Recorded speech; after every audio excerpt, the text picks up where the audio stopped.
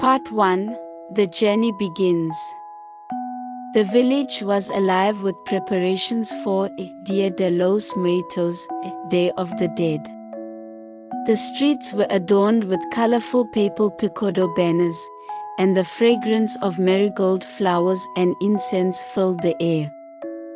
Lucia, a young girl with a curious heart, was helping her grandmother Rosa set up their family altar, or ofrenda. Every year, on this day, they would place photos, food, and memories of their deceased family members on the altar. But this year felt different for Lucia.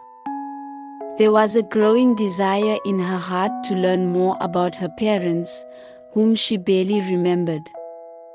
They had passed away when she was very young, and her memories of them were like faint whispers in the wind, distant and unclear. "Grandma," Lucia asked as she placed a sugar skull, "why don't we talk much about my parents? I feel like there's something I should know." Rosa, usually cheerful during this time of year, paused. She looked at Lucia, her expression clouded with something deeper, more painful. "Your parents, they were brave and kind.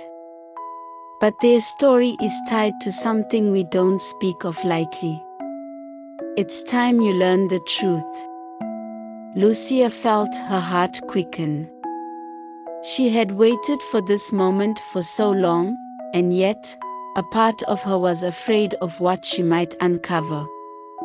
Rosa took out a small, intricately designed skull ornament, a calavera, from a hidden drawer. The skull was different from the others. It shimmered faintly in the dim light of their home, as if it held some kind of power. "This belonged to your parents. It's part of a journey they took, one you must now continue," Rosa explained. "You see, they didn't just pass away by chance. They were tied to an old curse that runs in our family. And it's time for you to discover what really happened." Lucia's eyes widened in shock. A curse? Her parents' death wasn't an accident. Questions swirled in her mind, but before she could ask them, Rosa handed her the glowing calavera. "Take this with you tonight. Walk to the old cemetery on the hill, and the answers you seek will begin to reveal themselves," Rosa said solemnly. "But remember, not all truths are easy to bear."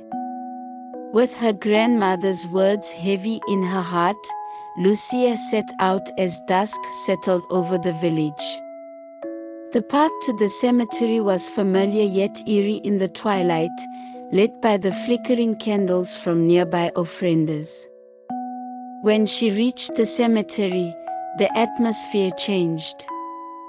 The air grew colder, and the wind whispered through the trees like voices from another world. Holding the calavera tightly, Lucia felt an unseen force guiding her deeper into the burial grounds.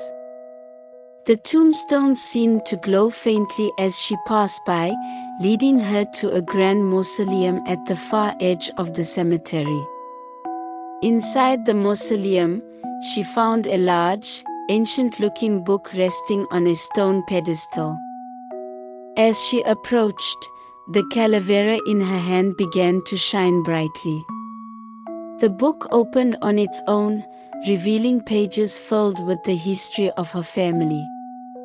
The more Lucia read, the clearer the truth became. Her family had been the protectors of a powerful secret tied to the world of the dead, and her parents had sacrificed their lives to keep that secret safe. Tears welled up in her eyes as she realized the weight of their sacrifice. Her parents had died not just as victims of a curse, but as guardians of something far greater. A voice echoed in the mausoleum. "You've begun your journey, Lucia. there's much more to uncover. Your parents' story is only the beginning.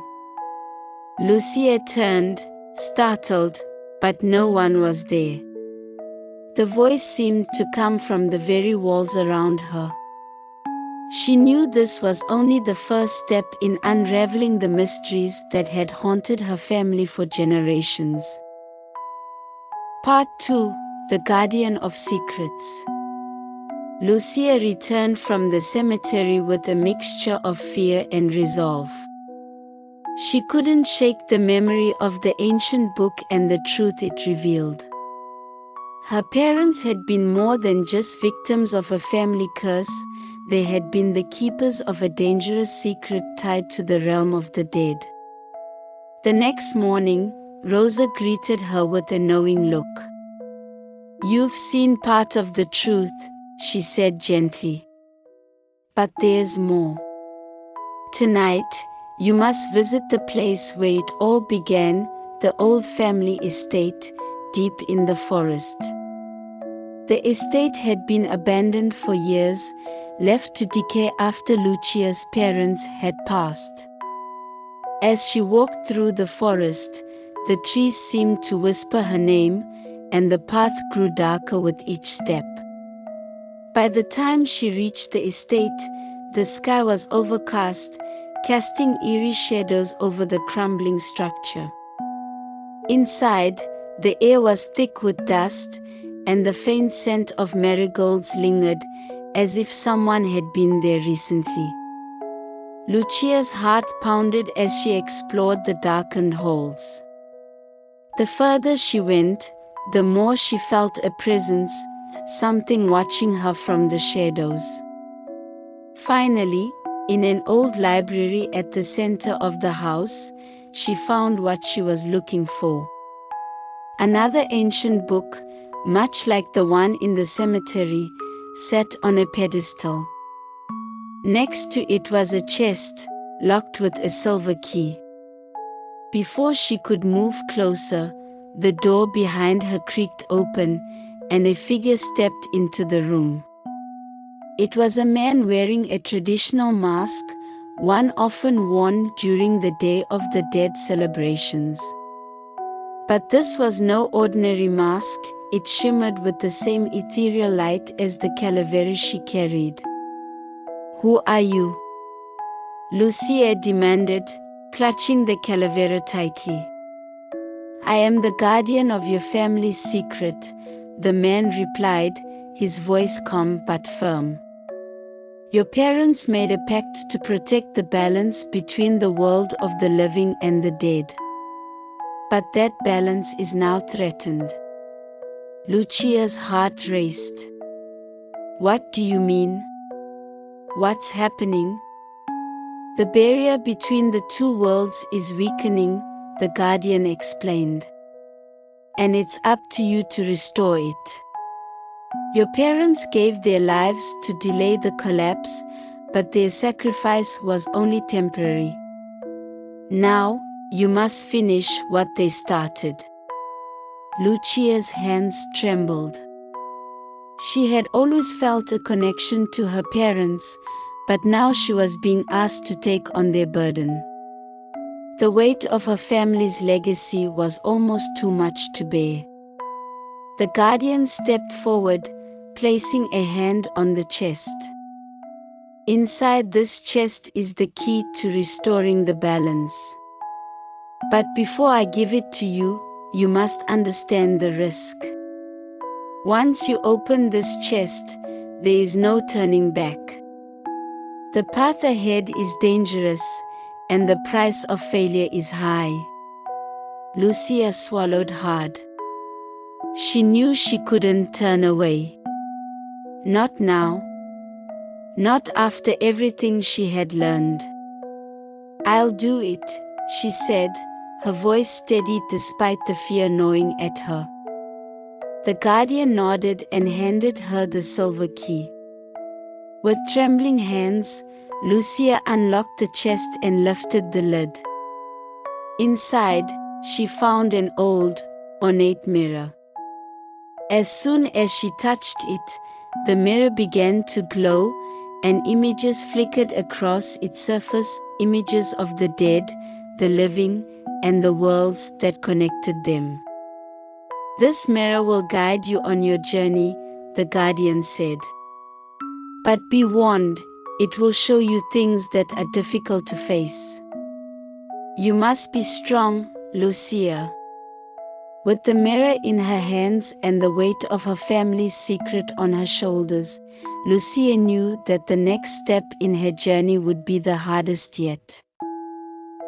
Part 3: The Door of Memories. Lucia passed through the corridor of memories, arriving at a foreboding forest. The trees were black, and the leaves seemed to move like shadows, while thick clouds covered the sky. A cold wind brushed her skin, and she felt as though something was watching her. But her feet didn't stop. To uncover the truth about her parents and face her family's hidden past, Lucia knew she had to keep going. As she walked deeper into the forest, an old mansion appeared before her. It was a ruin, as though abandoned for years, but somehow, it felt familiar. The calavera she held began to glow again, a sign that this was the next trial. Lucia pushed open the creaky door and entered the dimly lit mansion.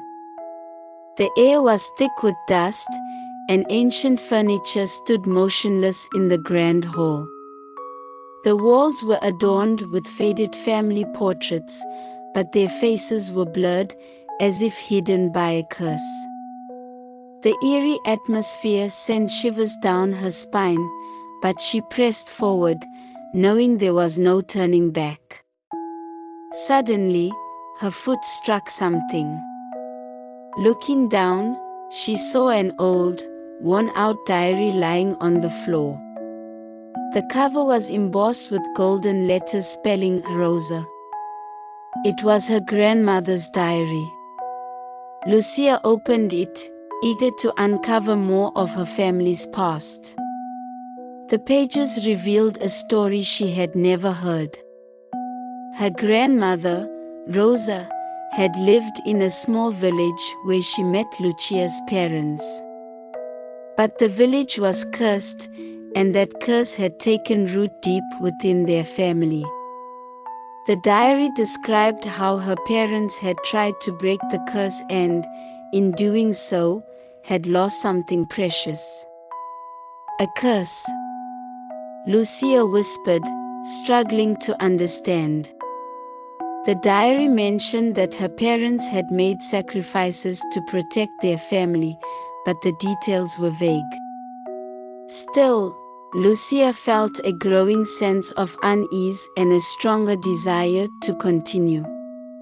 As soon as she closed the diary, a strange sound echoed from deeper inside the mansion.